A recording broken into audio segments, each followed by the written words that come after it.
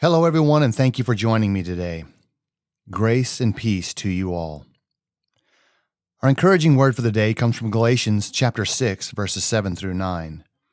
But before we read those passages together, I would like to ask you a very important question. Are you growing weary while doing good? Are you in the middle of helping someone? Maybe you've decided to commit your time every week to help maybe another member of the church or even a family member or someone that needs your help, and you said to yourself, I know this is right, I know this is good, I've got to see this through to the end, and you find yourself wearing down or getting weary in that process. I hope and pray that that's not happening to you, but I do realize that it does happen. It happens to the best and most faithful Christians that live and exist today, because life can be hard, and bearing each other's burdens can be very difficult. Paul tells us in Galatians 6 and verse 2, bear one another's burdens and so fulfill the law of Christ. That's something we want to be doing. It's a good thing. And yet we may be getting weary. It could be something even as simple as just going to church services. Sometimes that becomes a weary process for whatever reason. It shouldn't be. But sometimes it does. We go through phases in our life and we start to get worn down and we think, I don't think I can do this anymore. But we've got to think about, where's that coming from? Why do I feel that way? And so our encouraging word is from Galatians 6, 7 through 9. I want to read something that it talks to us about God and who He is and the role that we play before Him and how serious this is. Galatians 6 and verse 7 says, do not be deceived. God is not mocked. For whatever a man sows, that he will also reap. He who sows to his flesh will of the flesh reap corruption, but he who sows to the Spirit will of the Spirit reap everlasting life. And let us not grow weary while doing good, for in due season we shall reap if we do not lose heart. Do not be deceived. God is not mocked. And Paul tells us, because whatever a man sows, that he will also reap.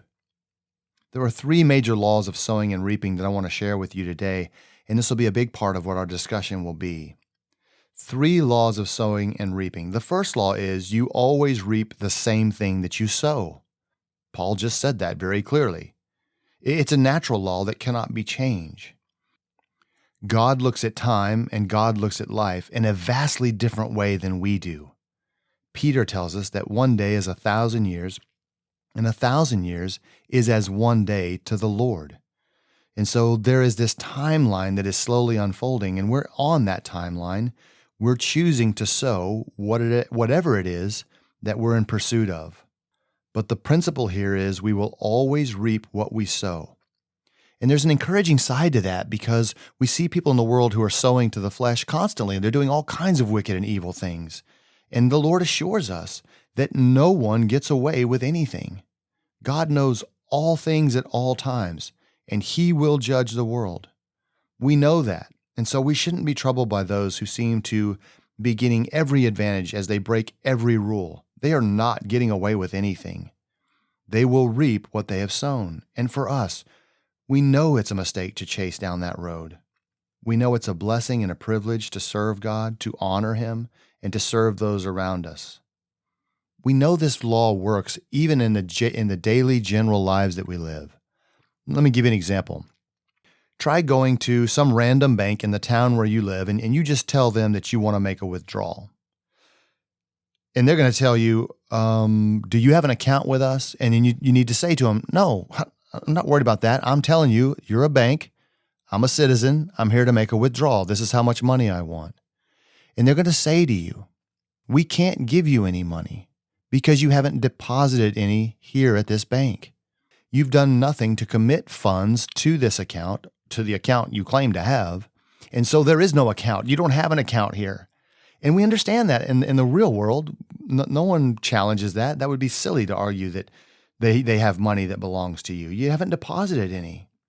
And many of the things that we say and do and the lives that we live, all this is worked out in so many different ways, even in the natural law. And God knows that. He's shown us His natural law and given us a shadow, a reflection of the spiritual laws that we read about in His Word. In Genesis chapter 1 and verse 11, We're told this: God said, "Let the earth bring forth grass, the herb that yields seed, and the fruit tree that yields fruit according to its kind." The fruit tree that yields fruit will always bear fruit according to its kind. The seed is in that fruit every time without exception.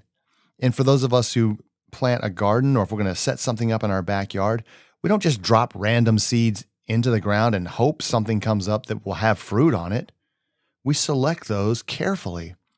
And then we space out the areas the space that the plant will need once it springs forth, grows, and develops into everything that it's going to be. You can plant carrots a lot closer to each other than you can tomato bushes. It's a natural law that God has given to us. We will reap that which we have sown, and He's showing us the same in the spiritual. And so rule number 1 is you always reap the same thing that you sow. There are no exceptions to that. Rule number 2 is it always comes later. And sometimes it's much later. There's a great deal of patience required when we sow to the Spirit of God. In James chapter 5, James mentions the farmer and the patience of the farmer, and he mentions this for those who are doing good. He says in James 5 and verse 7, "Therefore be patient, brethren, until the coming of the Lord. See how the farmer waits for the precious fruit of the earth, waiting patiently for it until it receives the early and latter rain? You also be patient. Establish your hearts, for the coming of the Lord is at hand." In verse 10, he says, "My brethren, take the prophets who spoke in the name of the Lord as an example of suffering and patience. Indeed, we count them blessed who endure. You have heard of the perseverance of Job and seen the end intended by the Lord, that the Lord is very compassionate and merciful." James mentions the patience that is required by the farmer. He must wait patiently. He sows in the spring, but he will reap in the fall. And he goes on to mention Job and the many sufferings that he faced with perseverance. Job had an opportunity to curse God with his lips and to turn his back on the Lord. And in the face of all of these things that were happening to him that he could not understand, he never sinned against God and never cursed God with his mouth. And James points out, you know how that ended. We can see the end that was intended by the Lord because He's very compassionate and merciful. And so, law number 2 is it always comes later. Let me say too, with law number 2, this idea of the reaping always comes later, that by the same token, if we choose to sow to the flesh, God gives a great deal of His own patience when He allows us to make that choice and continue in it. God is patient too.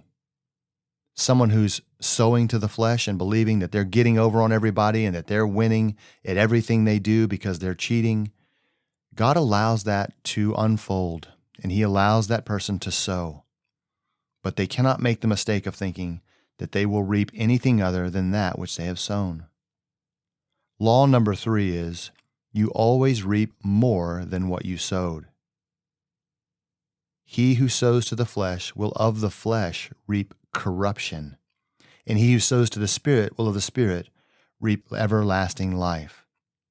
It's important to realize here that you're going to reap more than what you sow, and you will reap that which you have sown. So no matter what people say to themselves, they can't sow to the flesh day after day and then jump into some field where there has been spiritual sowing and hope to reap anything.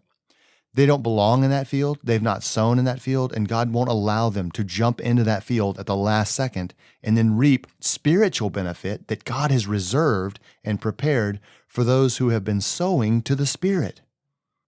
That's why we must decide now, which way will I go?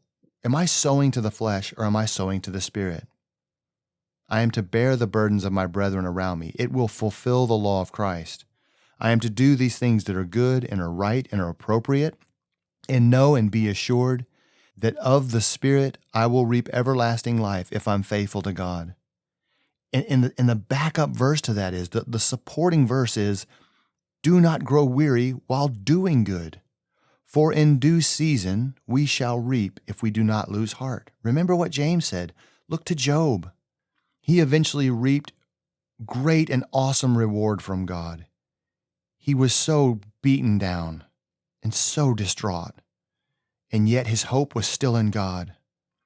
Job says in his book, "Though he slay me, yet I will trust him." And that is faith. That is a determination to persevere, to serve God, to stand up, hold my head up high, to know who I serve and who I have committed my life to. You're just not going to be able to sow to the flesh day after day, and then at the end somehow magically reap spiritual. It goes the other way as well. For those of us who need to be encouraged, that as you sow these spiritual blessings in your life, the work that God has called you to do, the tending to those around you, loving God, attending services, praising His name faithfully, standing up for what is right, even in the face of opposition, that you will reap what you have sown. Everlasting life is granted to those who will stand up and do what's right. It really is an amazing process, and as we've been talking about the whole time, it takes time. Let me give you a brief saying that I hope will be very helpful to you, and it has to do with sowing and reaping. Sow a thought, reap an action. Sow an action, reap a habit. Sow a habit, reap a character. Sow a character, reap a destiny. I want to say that one more time because this is really that slow process in which it works. Sow a thought, reap an action. Sow an action, reap a habit. Sow a habit, reap a character. Sow a character, reap a destiny. Do not be deceived. God is not mocked. For whatever a man sows, that he will also reap.